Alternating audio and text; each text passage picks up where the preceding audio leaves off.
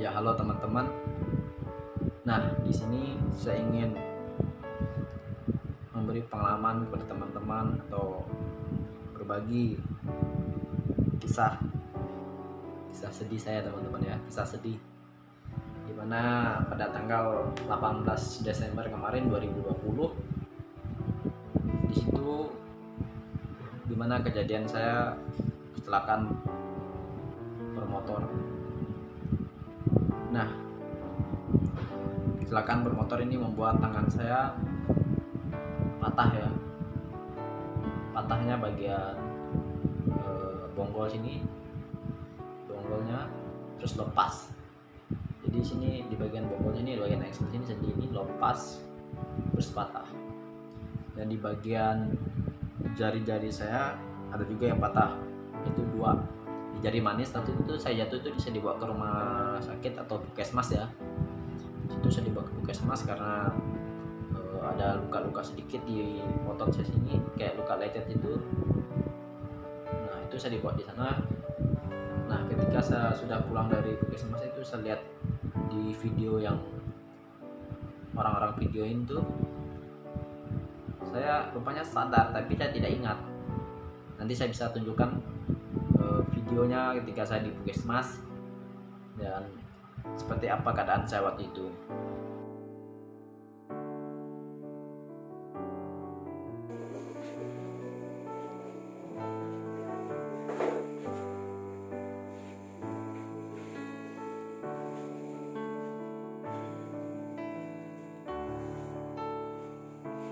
Su bilang kau yang gatal-gatal.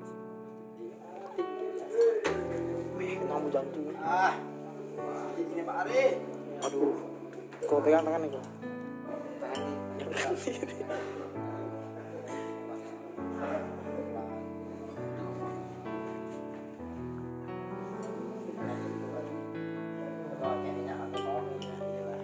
Korban.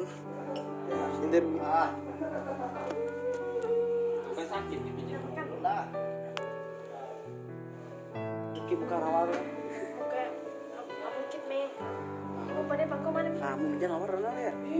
Beli kit ke. Pada punya tambah lah. Banyak kawan dek kan punya dia. Punya di bangko. Buka lah. Punya dia. Maksudnya mau kan. Aduh, awal ini karena awal ini punya dia. Kamu nama pun kadang kan. Katanya memang koyak.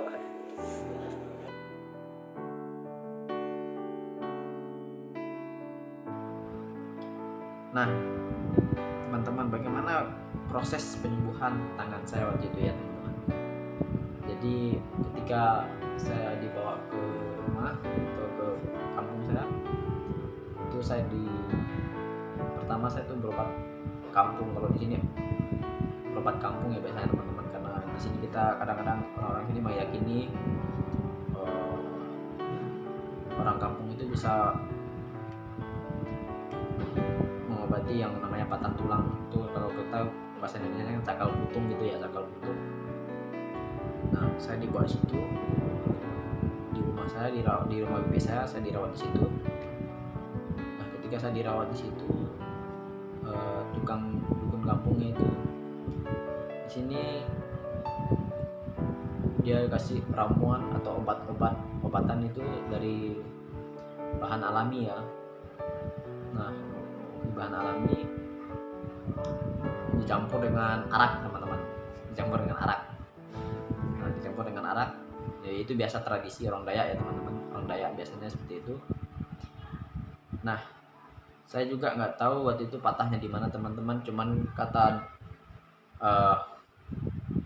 orang kampung itu atau dengan pengobatin saya itu patahnya di sini, cuma di sini terlepas katanya. Karena waktu itu saya belum di rongsen ya, teman-teman, belum di rongsen. Jadi langsung dibawa ke situ, langsung tiba-tiba saya waktu sadar itu saya lihat udah diikat ini bagian saya, teman-teman. Diikat dengan kayu supaya tidak lepas lah tulangnya atau tidak bergeser.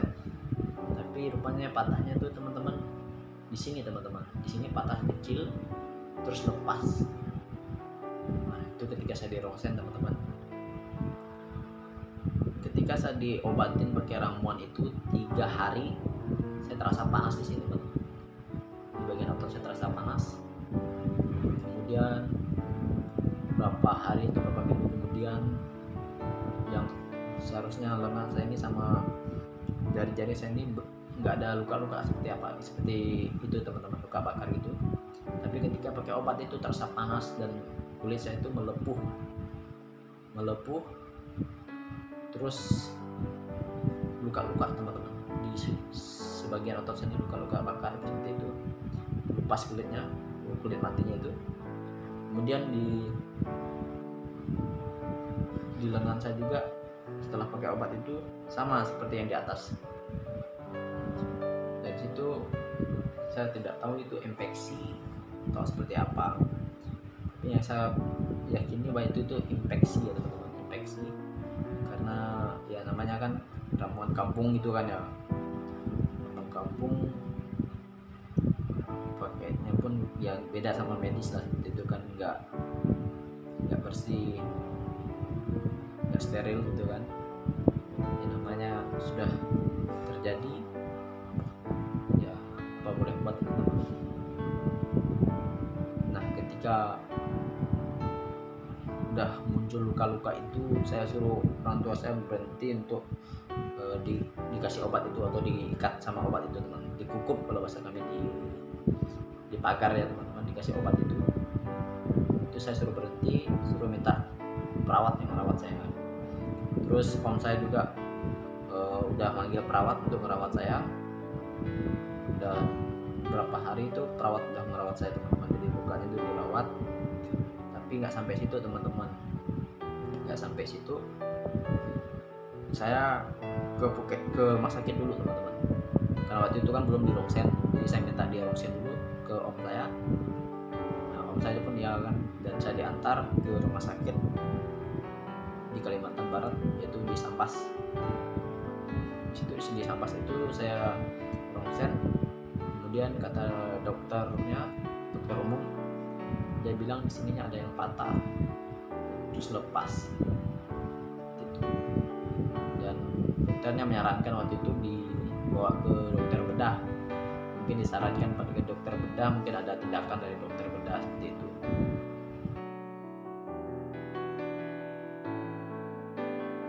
Part 2 nya ya teman-teman ya, kisahnya, supaya juga teman-teman nggak bosan nontonnya, supaya ada part 2 nya nanti, biar teman-teman ya tahu gimana perjalanan proses penyembuhan saya teman-teman. Oh iya, saya mau kasih tahu teman-teman dulu, kalau di bagian sini saya dari siku sampai jari-jari saya itu mati rasa teman-teman, atau udah nggak terasa sama sekali dipukul, dicubit, atau itu nggak terasa teman-teman.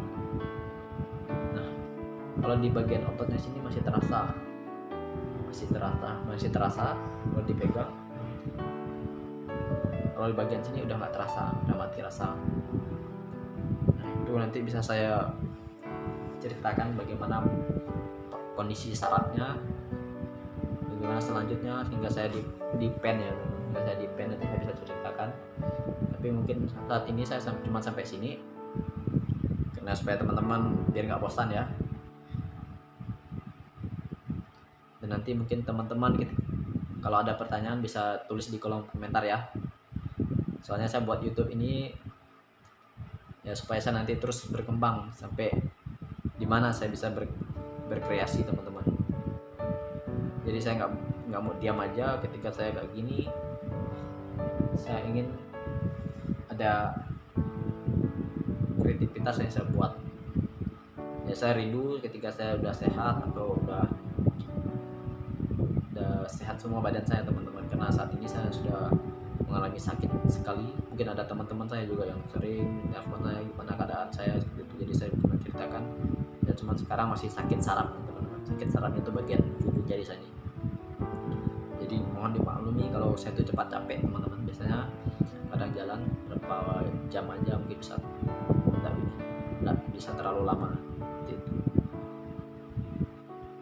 Ya itulah teman-teman, nanti teman-teman bisa tonton terus yang part 2 nya ya. Ya teman-teman, saya juga minta doa teman-teman supaya teman-teman itu bisa mendoakan saya biar saya agar lebih baik lagi ke depannya dari proses pemulihannya seperti itu ya. Oke teman-teman, bye.